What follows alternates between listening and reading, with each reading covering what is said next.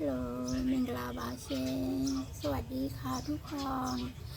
အားလုံးပဲမင်္ဂလာပါပေါ့နော်အခုကတော့ဟိုလေးပြောပြချင်လို့ပေါ့နော်အခုထိုင်းနိုင်ငံမှာလေနံပါတ်9ဘရင်ရဲ့ဟိုပါပေါ့နော်မဲတော်ပေါ့နော်အဲ့ဒါဆုံးသွားပါပြီဟိုဖြစ်တာပေါ့နော်ပြောမတောက်အဲ့ဒါနိုင်ရဆန်သွားပြီပေါ့နော်လို့ပြောရမှာလေအဲ့ဒါကိုသူတို့ထိုင်းရလေအမဲရောင်ကိုလေအင်ဂျီအမဲရောင်ကိုလေဟိုဘောဝမ်းနဲ့ရှင်းပြတာပေါ့နော်တကယ်ပဲကိုစိတ်မကောင်းဖြစ်ရပါတယ်ဆိုတဲ့ဟာကိုသူတို့ကအမဲရောင်ဝေါ်တာပေါ့နော်ပေးဝေါ်တာပေါ့တစ်နှစ်တော့မှသူတို့ပေးဝေါ်ခိုင်းတာပေါ့နော်အဲ့ဒါကိုလေမြန်မာပြည်သားတွေကနားမလဲဘူးမသိတဲ့သူပြောပါတယ်နော်မသိဘူးဆိုလို့ရှိရင်လေဟိုကိုကတော့ဘာမှနားမလဲပဲနဲ့ဟိုရိုးနေတယ်လို့ပဲအပြင်သွားလို့ရှိရင်အစိမ်းရောင်ဝတ်သွားတာဝါရောင်ဝတ်သွားအယောင်မျိုးပေါ့နော်နားမလဲဘူးဝတ်သွားလို့ရှိရင်လေသူတို့ထိုင်းတွေကလေ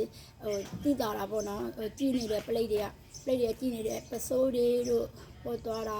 ထမိန်တွေတို့ပကွက်တွေနဲ့အပြင်ထွက်လို့ရှိရင်လေအဲ့ဒါတတိထားပါလို့နော်တတိထားပါတိတဲ့သူတွေဆိုလို့ရှိရင်တော့ပြောစရာမလိုဘူးပေါ့နော်မတိတဲ့သူတွေဆိုမဟာချိုင်မှာဆိုလို့ရှိရင်ပူဆိုးတယ်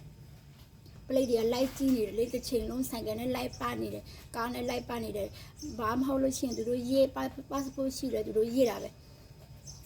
အဲ့ဒါကိုအပြင်ထွက်လို့ရှိရင်လေသူများနိုင်ငံမှာနေရဆိုတော့သူများဝတ်တယ်လို့ပဲဝတ်ပါဘောပေါ့နော်အမဲအောင်ရှိလို့ရှိရင်အမဲအောင်လေးပဲဝတ်အခုချိန်ဆိုလို့ရှိရင်အဖြူအောင်ရှိလို့ရှိရင်လေအဖြူအောင်ပဲဝတ်ပေါ့နော်အမဲနဲ့ဖြူအောင်တော့ဝတ်လို့ရတယ်ဥပမာကိုကတခြားအောင်မရှိဘူးအမဲအောင်မရှိဘူးအဖြူအောင်မရှိဘူးလို့ရှိရင်လေ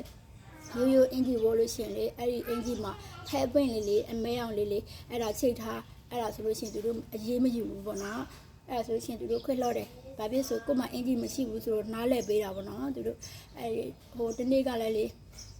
ပလိတ်ဖမ်းပြီးသွားလေကိုပလိတ်ဖမ်းပြီးသွားပေါ့နော်မဟာဆိုင်မှာညဘက်ကြီးဆိုတော့ကိုကလည်းနီးလေးပဲလေအိမ်နဲ့လေဟိုစီဂျီမှာလေဟိုစီဂျီသွားဆိုတော့ဟိုပစ္စည်းသွားဝဲမှာပေါ့နော်ကိုခန်းနဲ့လည်းတိတ်မဝေးဆိုတော့ကိုလည်းတတိမထားမိတာပေါ့ဘာဖြစ်ဆိုပတ်စပို့မယူသွားဘူးလေပတ်စပို့မယူသွားဘူးဆိုင်ကနဲ့သွားတာဆိုတော့လေနီးလေးပဲဆိုတော့သွားနဲ့ပြန်9မိနစ်တော့မရှိဘူးလေအဲ့ဒါမှပလိတ်နဲ့မိသွားတယ်ပလိတ်ဆိုင်ကတစ်စီးမှဆိုလို့ရှိရင်လေ2ယောက်စီထားလေ3စီးတော့မှလာပြီးတော့လေဖမ်းလိုက်တာကိုလေကြော့အဲ့လိုနာရဆိုပြီးတော့လေပတ်စပို့ရှိလားတဲ့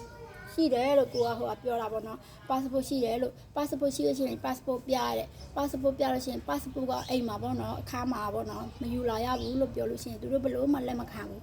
ဆိုတော့သူတို့ရေးတာဆိုတော့ဟိုဘာမှပြောမရဆိုတော့ဖုန်းလဲသူတို့လူလိုက်တယ်တိတ်လိုက်တာပေါ့နော်ဘယ်သူမှပေးမဆက်တော့ဘူးဆိုတော့ပါသွားဟိုလေပလိတ်ယုံကိုလေအဲ့မှာတညာအိတ်လိုက်ရတယ်တညာအိတ်လိုက်ရဆိုကိုလိုမျိုးပဲပတ်စပို့မယူထားတဲ့သူတွေလေအိုးလိုက်ဖမ်းလာတာအများကြီးညရှောက်ပြီးတော့လိုက်ဖမ်းရင်လေခန်းထဲအခန်းပြင်ထွက်လို့ရှိရင်လေပတ်စပို့လေးဆောင်ထားပါလို့နော်ပတ်စံကုန်တယ်မဟုတ်လို့ရှိရင်လေသူတို့ရေးတာလေဖမ်းချင်နေရောဒီမှာလေဖမ်း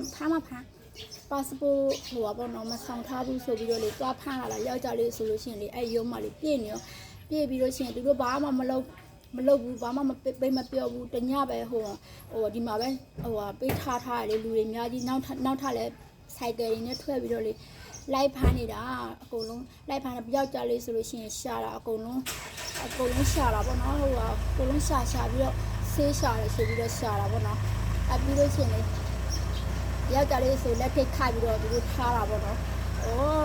ဒီအဲ့ဘာမှဟုတ်နေလေကိုကလေဘလို့မပြောမရဘူးကိုအိမ်နဲ့လေဟိုနီးလေးကိုလေအခါမှာတွားယူပေးမယ်ဟိုလိုက်ပါလားလို့ပြောလို့ရှိရင်ပြောတယ်လေကိုကမရဘူးတဲ့အဲ့ဆိုလို့ရှိရင်တွားတဲ့ပလိတ်ဆိုင်ကနဲ့လေကိုကလိုက်သွားရတယ်ကိုမဆိုင်ကပါတာဟုတ်လားပေးမရှိတော့ဘူးကွယ်သူတို့